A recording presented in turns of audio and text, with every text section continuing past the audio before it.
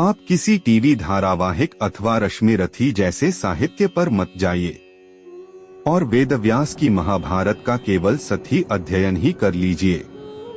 आपको पता चल जाएगा कि आप एक शेर की तुलना एक तेंदुए से कर रहे हैं। कर्ण एक बड़ा योद्धा और अच्छा धनुर्धारी था। उसने अपनी विजय यात्रा में आर्यावर्त के कई राजाओं को हराकर अपनी वीरता साबित की थी। हालांकि जीवन भर उसने अर्जुन से व्यर्थ का द्वेष रखा और उसे हराकर स्वयं को श्रेष्ठतर सिद्ध करने की कोशिश करता रहा। जो कि किसी भी युद्ध में, चाहे द्रौपदी स्वयंवर का युद्ध हो, विराट युद्ध हो या फिर कुरुक्षेत्र के युद्ध हो, वो स्वयं को अर्जुन से श्रेष्ठतर साबित नहीं कर सका। भीष्म अर्थात देवव्रत की वीरता और शक्ति का अनुमान तो आपको केवल एक घटना अंबा प्रसंग से ही लग जाएगा।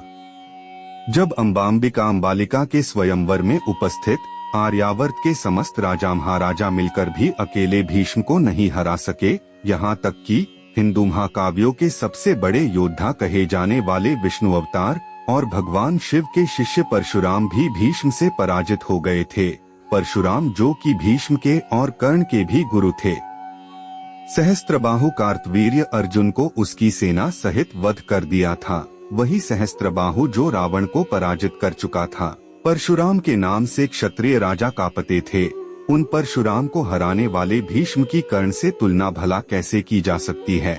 महाभारत युद्ध में उन्होंने अपनी वयोवृद्ध अवस्था के बावजूद भी 10 दिनों तक पांडवों की सेना में हाहाकार मचा रखा था, जबकि उनकी ये भी शर्त थी वे पांडवों का वध नहीं करेंगे और किसी दिव्यास्त्र का प्रयोग नहीं करेंगे। इस वृद्ध योद्धा को युद्ध में रोकने की क्षमता अर्जुन में अवश्य थी, लेकिन उन्हें पराजित करके युद्ध भूमि से हटा सकने की क्षमता किसी में नहीं थी।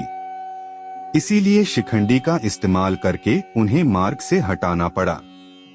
कर्ण के पास दिव्य कवच कुंडल थे जो उसे लगभग सभी अस्त्रों शस्त्रों से निर्भय रखते थे, लेकिन श्रेष्ठ योद्धा होने के लिए कवच कुंडल अथवा इच्छामृत्यु का वरदान आदि कोई शर्त नहीं होती। यदि होती तो कर्ण को धनुर्विद्या सीखने की जरूरत ही नहीं पड़ती और ब्रह्मास्त्र प्राप्ति के लिए अपने गुरु परशुराम से झूठ नहीं बोलना पड़ता।